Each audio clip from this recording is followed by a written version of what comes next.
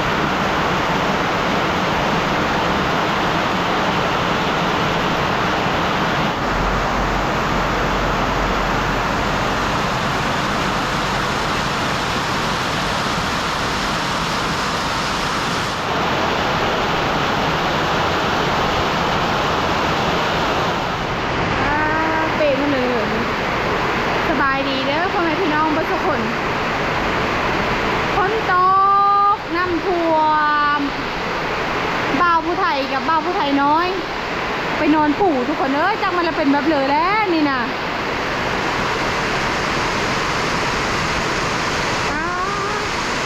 น้ำท่วม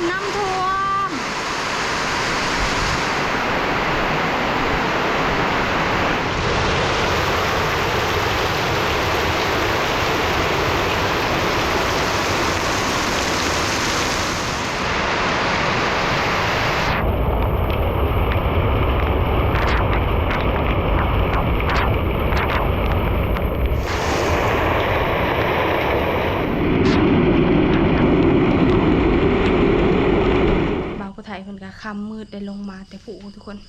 ลงมาแต่ว่างอันชีเว้นผู้หลายคนพอดีพ่นยาตกแล้วก็พอดีจุเพิ่นก็ลงมาทุกคนลงมาเอาเทินเศร้าไทยก็สั่งจัดการทุกคน เอาลังกะซี่มาอ้อมทำอิฐนะเศร้าไทยน้ำหมักแจ้งและอันแบบมีเสื้อลังกะซี่ค่ะนะแต่บัดนี้นะ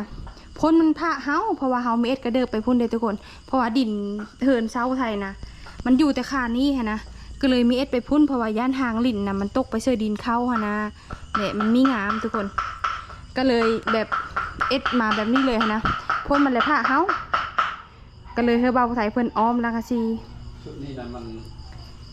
กระเพาะชุกโคตรเบาใส่เพิ่นลงมาทุกคนเอาชิ้นผ่านมาต้นเมย์ในชิ้นผ่านพูดหนึ่งเอาหัดวางกลางมานเด้อเพื่อนผูสุดนี้เด้อเพื่อนผูกับผูสายทุกคนลงมาเอาสิ้นผ่านลงมาตอนพอดีกินตอนแรงเลย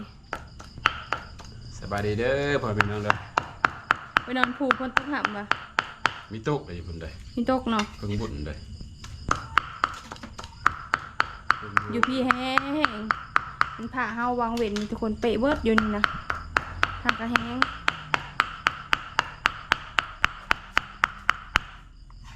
หลับเนียว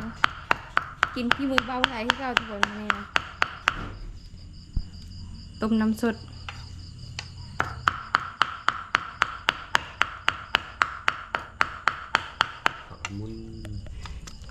ซองพอลูกจะเพิ่นได้โตหนึ่งทุกคนกินยุบผ้าเมื่อยังน้อยซองต่อนะมาตอนมีโอ้เบาไทยแล้วใครอะไรอย่างไอ้ยังคือเทนเอามาตอนเมย์ช่องตอนมีกินยูพูเมื่อสาวน้อยถางสาวน้อยกันถางไปเลยยายแต่พูดแรงหมาเนาะยายจะติดบ้านเขาจะพานพาทั้งหมู่บ้านแต่ว่าเฮาเป็นรูมึงเธอเบาสายเพิ่นพักห่างต่ำช่วงนี้รู้สึกว่าเบาสายเพิ่นเอ็ดกินแซ่บเลยทุกคนเพิ่นว่าอันเมย์ย่องก็เลยเอ็ดชูกินเพิ่นว่าซะเลยนี่แหละคนเฮาทุกคนถ้าอย่าใช้คนเป็ดนะต้องย่องเก่งได้ย่องเอาอย่าใช้นะแซ่บอลีโพเอ็ดด้วยอันนี้จะเย็ดเพื่อกินซอยตัวนี้ซอยคันหาวะเมงเสื้อค่ะจำร้านทาง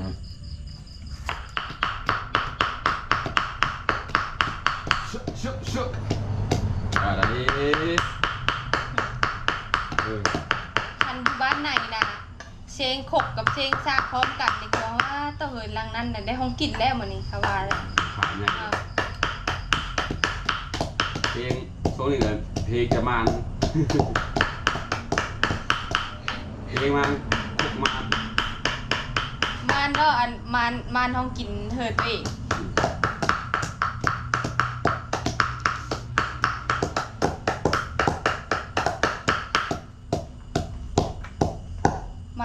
มานเป็ดช่องโตเนาะ เป็นท้องตกมาได้ เป็ดตัวเลยว่ามีถืออูเลย เป็นเด็กดื้อเลย ตัวเลยชื่อเอ็ดนั่นแหละ โอ้ชุดนี้เขาชุดโพดเขาชุดโพดไม่ใช่ ตอนเล้งอะนะเบาผู้ไทยนะตอนเล้งเลยเป็ดเช้าผู้ไทยแต่ว่าพัดตอนใหญ่แล้วนี่นะเป็ดเบาผู้ไทย ไม่ต้องกันอะไร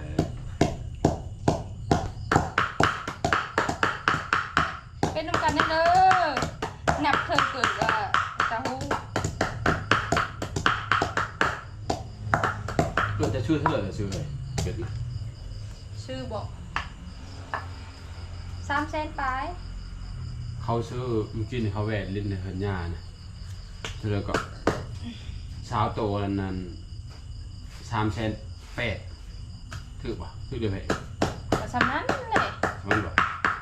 ถือโตเท่าไหร่ อันนี้ก็เขาชื่อ38โตโอ้โห ใจดูมานี่มา เพื่อนทุกคนเพิ่นไปอยู่เหินหญ้าแต่เช้าๆค่ำจังได้ไปหับจังได้หมาทุกคนเอ้ยเริ่มใหญ่เลยเริ่มห่างออกเลยไม่ได้สู้อยู่นำแม่ผู้มือนี่นะเช้าไทยนะคันเบาไทยกับเบาไทยน้อยไปผู้ละอยู่ผู้เดียวทุกคนกินเลยบางน้อยๆนี่ก็ไม่ได้อยู่นำเช้าไทยนะไปอยู่เหินหญ้าผู้พวกเธอเลยมันน้ำมันแห้งเลยเบาไทยเพิ่นต้มกระดูกดาบผ่านขาดไม่ได้ก็คือว่ายเนี่ยทุกคนต้องผักสวายนะมันเอ็ดคมๆอำลำมันจึงแซ่บ ก็หอกสบาย ต้มน้ำสดโหนขนาดได้นี่แบบนี้เนี่ยผู้แบบเปิดหมดก่อนทุกคนน้ำเดือดหมดก่อน น้ำเดือดหมดก่อนแบบนี้นะส่วนตอนน่ะหมดที่ล่างทุกคนน้ำมันโหนน้ำอันนี้นะน้ำผ่านในตั้งโหนเอาถ้วยมาให้ตัวใหญ่ นี่ลาบสิ่งที่ขาดไม่ได้บ้าผู้ไทยปะคันมันไม่ได้เพในบ้าผู้ไทยไม่กินทุกคนลาบผ่าน พอดีเจ้าแล้ว ออกก่อน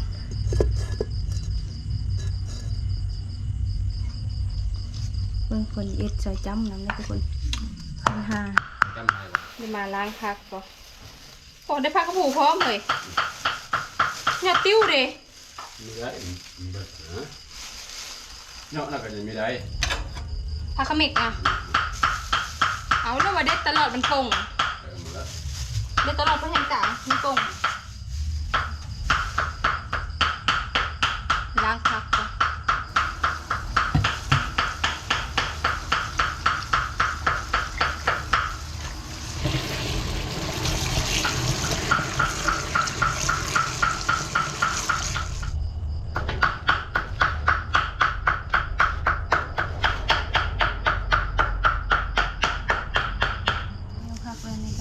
แต่ว่าชิ้นชุดนี้มันเยอะสุกคนเนาะมันเยอะแบบ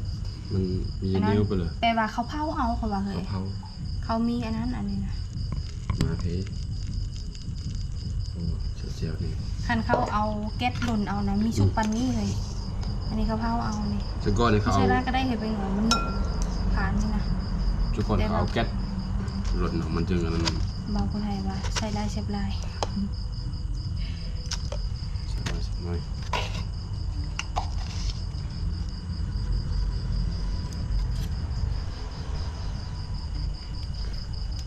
เรื่องนี้นะคือเบาคนไทยเอสนี่ป้าปรับมา10เลย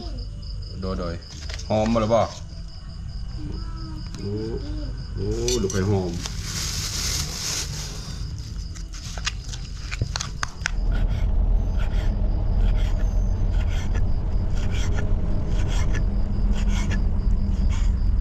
ลาบเนาะ10 ไปทีมโต๊ะทุกคน ลาบเหนียวแต่นั้นเมียงเซอร์1,500มีแต่แนวบำรุงนะบำรุงเมย์ทรงโพเป็นคนกินทุกคนแต่เมย์เป็นคนตุ้ย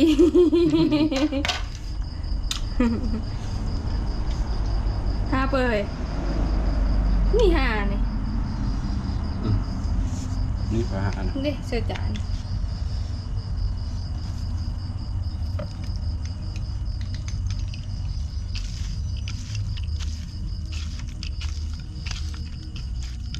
เสื้ออีหาประหยัดเปอร์ทิมเลยล่ะ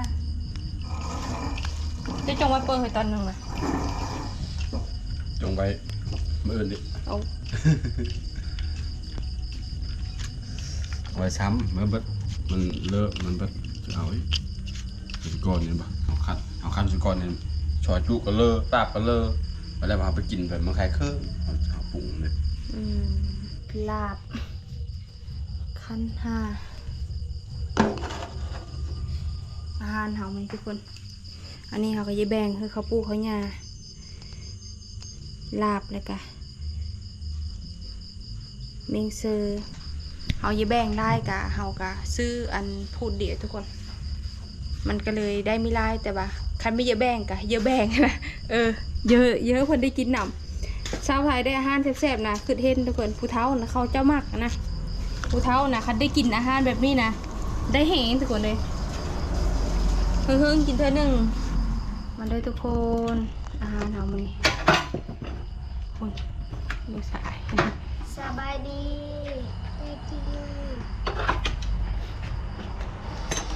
เจ้าหูปุ่มมันว่าควันเจ้าเนี่ยเหรอ เปิด บอกน้อยๆนะ ไว้ล่ะ มันเว้าเซอร์เดมีพอคอยโฮโลนมันเว้า มันเว้าพอคอยโฮโลนเว้าควันพอแล้วก็ยิ้มพอได้ปะจ๊ะผู้อ้ายกะเห็นพอโฮโลนกะคอยเอาส่งแบบพ่อฮันเดิมเห็นว่าใช่ไหม อาจารย์บอก ใครเบิดอ่ะ ชื่อ นี่ซื้อตกเอาก็ได้ แซ่บๆจ้า